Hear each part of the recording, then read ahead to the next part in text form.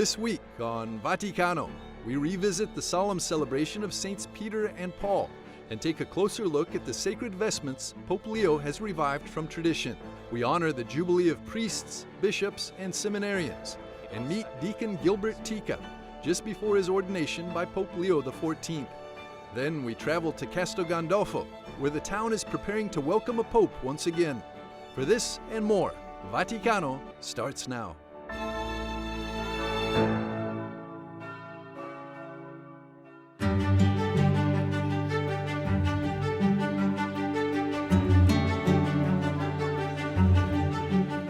Rome came alive with color for the feast of its patron saints, Peter and Paul, as the Via della Conciliazione was transformed into a floral procession leading to St. Peter's Square. The intricate designs, rich in religious symbolism, were crafted by artisans and volunteers from across Italy.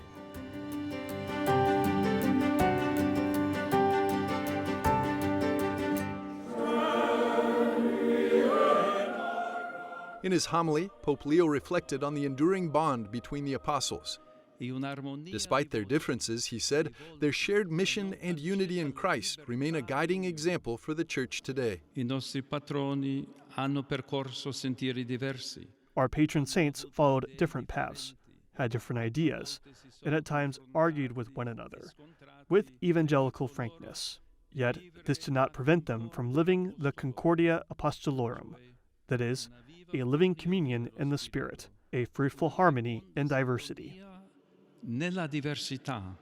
On the occasion, Pope Leo bestowed the pallium, a white woolen band with 6 black crosses and 3 pins, upon 54 metropolitan archbishops, placing it on their shoulders as a sign of peace and unity with the papacy. Pope Leo returned to a tradition that Pope Francis had modified in 2015 when he decided that metropolitans would receive the pallium in their own diocese from the Apostolic Nuncio. Among those receiving it was the Archbishop of Szczecin-Kamień, Poland, who shared what the pallium means to him personally. It means that from now on, you are to carry those faithful who have been entrusted to you, with their joys, with their blessings, but also with their difficulties. You must bring and accept all their tears and those difficult words. Everything must be accepted. So I realize that this is a huge task, carrying the community that has been entrusted to me. To celebrate the feast, a delegation from the Ecumenical Patriarchate of Constantinople came to offer greetings, the first such meeting of Pope Leo XIV's pontificate, reaffirming the Church's commitment to Christian unity. The Pope spoke of the deep bond between the apostles Peter and Andrew as a symbol of the profound communion already existing between Catholics and Orthodox. The next day, during the Angelus on the feast of Saints Peter and Paul, Pope Leo reflected on their shared martyrdom as the foundation of unity. He spoke of an ecumenism of blood, a witness stronger than division, and called on the faithful to walk the path of reconciliation, trust, and conversion. Pater et Filius et Spiritus Sanctus. Amen.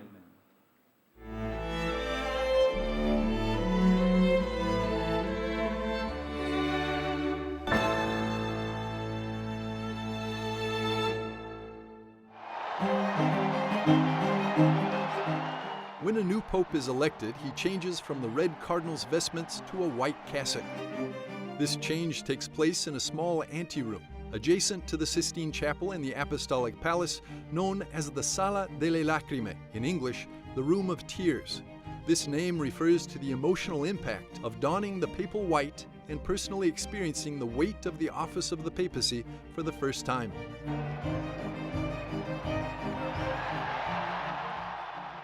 Pope Leo XIV greeted the faithful from the central loggia of St. Peter's Basilica on May the 8th. The attire he chose for his first appearance differed from the one chosen by Pope Francis that he wore on the night of his election on 2013. Pope Leo wore the mozzetta, the stole, and the golden cross, like those traditionally worn by the Pope, including most recently Pope Benedict XVI, when they first greet the world as Supreme Pontiff. Pope Leo chose a very special pectoral cross, as recalled by the rector of the Basilica of St. Augustine in Campo Marzio. Si tratta di una croce con delle reliquie. It is a cross with relics. Inside the cross are the relics of St. Augustine and St. Monica, of St. Thomas of Villanova, an Augustinian bishop from the time of the Council of Trent, who also served as a missionary bishop in Latin America. Additionally, there are other relics, one of a blessed and one of a venerable Augustinian. The blessed Anselmo Polanco, martyr of the Spanish Civil War in 1939, and the venerable Bartolomeo Menocchio. Another element of the papal attire is the white cassock that reaches down to the heels. Traditionally, the cassock has 33 buttons, each representing the years of Christ's life. The papal sash cinches the cassock and represents the Pope's submission to his calling to protect the Church. The white zucchetto worn on the head symbolizes his task and authority. The pallium is a white wool band worn around the neck, adorned with 6 black silk crosses, and is fastened with 3 metal nails in remembrance of the Passion of Christ. The papal ferula is a pastoral staff carried during liturgical celebrations, typically with a crucifix just above the staff. Pope Leo XIV carried the ferula of Pope Benedict XVI on May the 9th during his first Mass as pontiff. He also used the pastoral staff made most famous by Pope St. John Paul II. The Pope's shoes also attract attention. Traditionally, the popes wore red shoes to symbolize their readiness for martyrdom. When Pope Francis was elected, he chose not to wear them, preferring simplicity. Pope Leo XIV also chose not to wear the red shoes. Among other items, the fisherman's ring holds profound symbolic value. On the outside, it depicts St. Peter with the keys and the net, symbols of the apostolic mission. Inside, it's engraved with the name of the reigning pope, now Pope Leo XIV. This is the ring that is defaced upon the death of the pontiff, as it has been used traditionally by the Pope to seal official documents.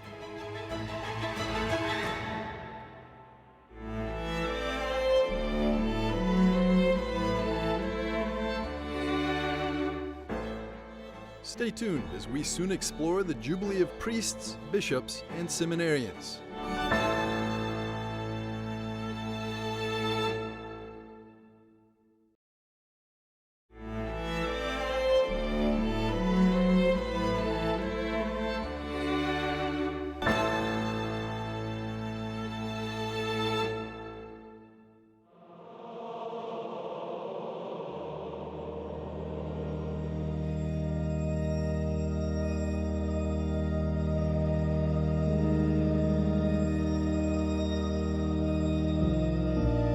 Rome welcomed thousands of men preparing for or already living a life of service, seminarians, priests, and bishops, for a jubilee that reaffirms the joy and mission of their vocation.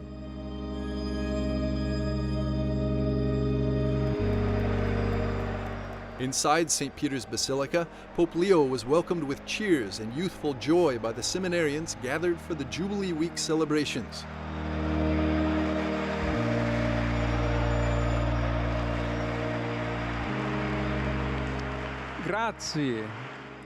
Thank you, because with your energy, you feed the flame of hope in the life of the Church. The Pope's message to the seminarians was clear. Their vocation must grow from the inside out. Formation, he said, is not merely about skills or academics, but about becoming men rooted in love. We need to learn how to love, and to do it like Jesus. For many seminarians, the week was deeply transformative. Thomas Hamann and Tom Stanchik arrived in Rome for the Rome Experience, an immersion program for American seminarians, but soon found themselves swept into the heart of the Jubilee, participating fully in both journeys of formation. While I've been here, it's been so amazing to encounter the saints, to visit where they're buried, to hear their stories. And really my hope is to return to the United States and share what I've experienced here, and share with the United States specifically that they have a great culture and history of the saints, and that I really am convicted that, especially in this time and age, God wants to raise up saints in the United States. Oh yeah, we've said Mass in the catacombs. We were able to go to the Holy Father's Wednesday audience. Actually, we'll get a picture with him, which was awesome. We made a poster and we'll get a picture with him. It was a great privilege. We were able to also participate in the procession on Corpus Christi with the Holy Father. That was magnificent. As seminarians deepened their sense of calling, the Church's shepherds, the bishops, came together the next day for their own Jubilee, a time to renew their commitment to unity and faithful leadership. The bishop is the visible principle of unity in the particular church entrusted to him. The Pope urged bishops to lead with integrity, detached from privilege and favoritism, and firmly rooted in prayer. On the issue of abuse, Pope Leo was clear and uncompromising. Bishops must be firm and decisive in every case of abuse, especially those involving minors. Specialmente nei confronti di minori.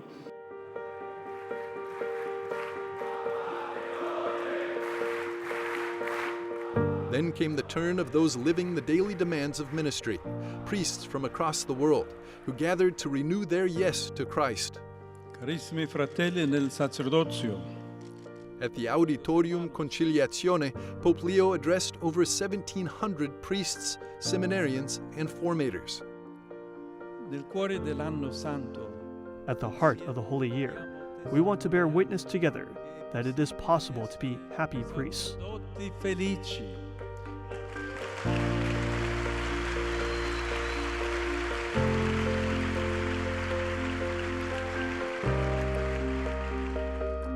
Because Christ has called us, Christ has made us his friends. Suoi amici. Pope Leo reflected on priestly celibacy, presenting it as a profound expression of friendship with Christ. This relationship, he said, is the spiritual foundation of the ordained ministry, giving meaning to celibacy and energizing a life of service to the Church. E prego per tutti voi.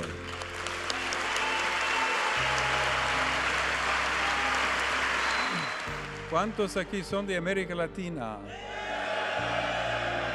After the Pope's address, an informal moment followed. The Holy Father welcomed one priest for a warm, fraternal embrace, a gesture that embodied the closeness he had just preached.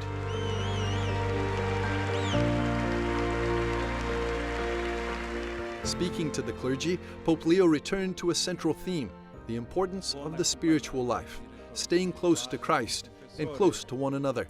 No one here is alone, and even if you are working in the most remote mission, you are never alone. Mai solo.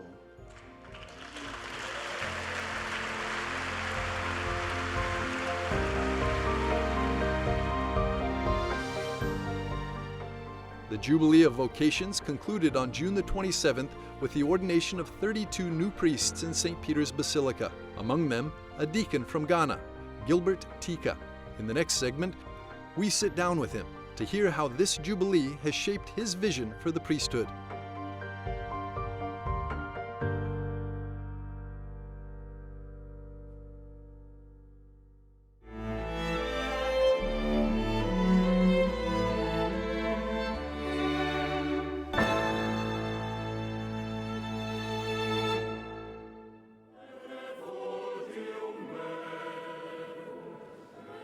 On the solemnity of the Sacred Heart of Jesus, Pope Leo XIV presided over Mass at St. Peter's Basilica, where he ordained 32 new priests, marking the conclusion of the Jubilee dedicated to seminarians. A voi, cari fratelli presbiteri. The Holy Father urged the clergy to center their lives around the Eucharist, to practice charity, care for God's people, and foster unity within the Church. In un tempo di grandi e terribili. In this age of vast and devastating conflicts, we are reminded that the love of God has no limits. We are called to let ourselves be embraced and shaped by that love, and to realize that in God's eyes, and our own as well, there is no place for division and hatred of any kind. E odi di alcun tipo. Prometti al tuo ordinario filiale rispetto. Among the 32 newly ordained was Gilbert Tika, a seminarian from Ghana. In an interview with EWTN Vatican correspondent Valentina Di Donato, he shared his reflections on his calling and journey to the priesthood. If you can bring me back to the moment in which you had this calling to become a priest. What was that moment like? Bring us back. It all started when I was still a small boy in the primary school, growing up in my part of the country, a remote area with a low level of education. The priests are not a native priest from my place. They don't speak my language. And so as a small boy, an altar server, I was active, and I used to go around with the priest, going to the outstations to celebrate Mass on Sunday with the priest and serving as an altar boy. It was in this moment that the priest not being from the place and not being able to speak the language, there was always a need to translate the homily of the priest for the people to understand. And so in some occasions, when there was nobody to do it, even as a small boy, the priest would ask me to do the translation, to translate his homily for the assembly, for the congregation. It was in this context, in one of the occasions, that I got this inspiration. After having done the translation, I felt, oh, but why don't you become a priest one day so that you can talk to the people directly yourself, instead of translating what another person is saying? I want to share also my own experience. And so this desire started growing in me as I made more experiences of this sort. Yep. So that moment, that contact with human beings in your community back in Ghana, it sounds like really moved you. What would you say as Friday you will be embarking on your mission to become a priest? What is the role of a priest today in society? Being a priest today for me also means that I need to be a sign of hope for the people with whom I live, the people I am going to minister to. Practicing the habit of looking at things with the eyes of Jesus Christ and helping others to look at the world and look at the events with the eyes of Christ, and let the people feel that they are still loved by God, because sometimes in the midst of many things, we tend to forget that we are being loved and God is with us. You're about to start your mission on Friday. Pope Leo just recently became Pope. How do you see him, Pope Leo, who will ordain you on Friday? I feel that he is a gift to the Church at this moment, and beginning his ministry as a successor of Peter, talking about peace, the gift of peace from the risen Lord, in the world today that is almost at the verge of war. There are many wars at the moment. And so this desire of presenting peace to the world, for me, is a good sign, and I wish to see this dream of the Pope come through through the participation of each of us. You'll be returning back to Ghana. What makes you want to go back to carry out your priesthood? I feel happy about going back to Ghana again, because first of all, my bishop sent me to Rome to study and to come back to Ghana in the Diocese of Damango to minister there as a priest. And for me, I feel that it's an opportunity to make an experience of the Universal Church, the richness of the Church, and I like to share this experience with my own people. Perfect. Thank you. Thank you.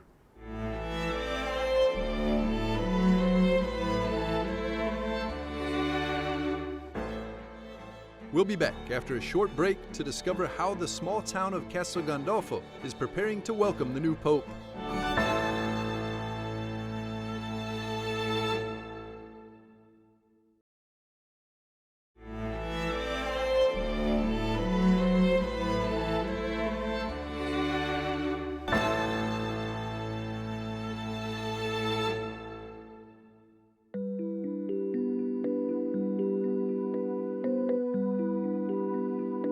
The close relationship between the popes and the beautiful lakeside town of Castel Gandolfo, 30 kilometers from Rome, dates back 400 years, when Pope Urban VIII Barberini chose this idyllic place on gentle vine-covered hills for his summer residence. Since then, many popes have spent their holidays here, writing with their remarkable presence the history of the Church and the world. Like during World War II, when Pope Pius XII converted the palace into a shelter for thousands of Jews. Pacelli è stato per mia madre era un santo. That Pope, Eugenio Pacelli, was a saint according to my mother, because he opened the doors of the palace to ordinary people, and he stayed here for 6 months with them. Then we had Paul VI, who commissioned the construction of the schools for us. He built houses here, and Pope Benedict made his last blessing as Pope also here on February 28, 2013. 28 febbraio 2013.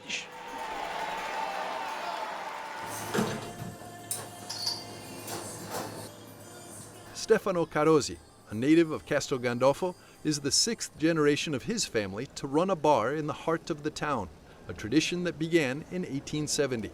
The weight of memories tied to the popes is so great, it brings a lump to his throat. Sì, mi ricordo quella sera. It was the evening of August 6, 1978, and at one point we saw an ambulance come rushing in here, and after half an hour the bells rang. And my father told me this is the bell that rings when the Pope dies. On that evening he, Paul VI, died here.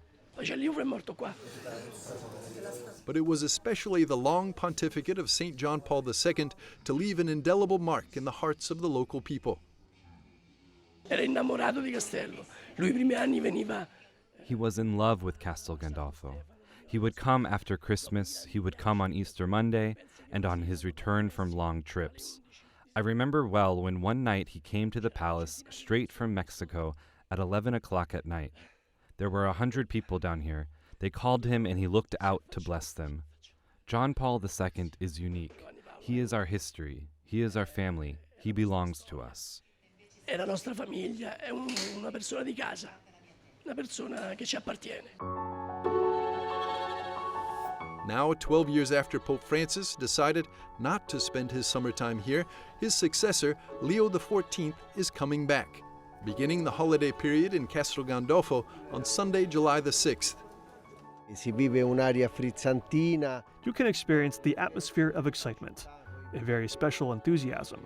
The whole town is happy to see so many people coming back from all parts of the world. For us, it is something really beautiful, because the people of Castel Gandolfo, in spite of their innate shyness, are very friendly to welcoming all citizens of the world, as we have always been used to during the Pope's stay. Abituati, ecco. For the first time since the pontificate of Pius XI in 1929, the Pope will not stay in the Apostolic Palace, which in 2016 was transformed by Pope Francis into a publicly accessible museum.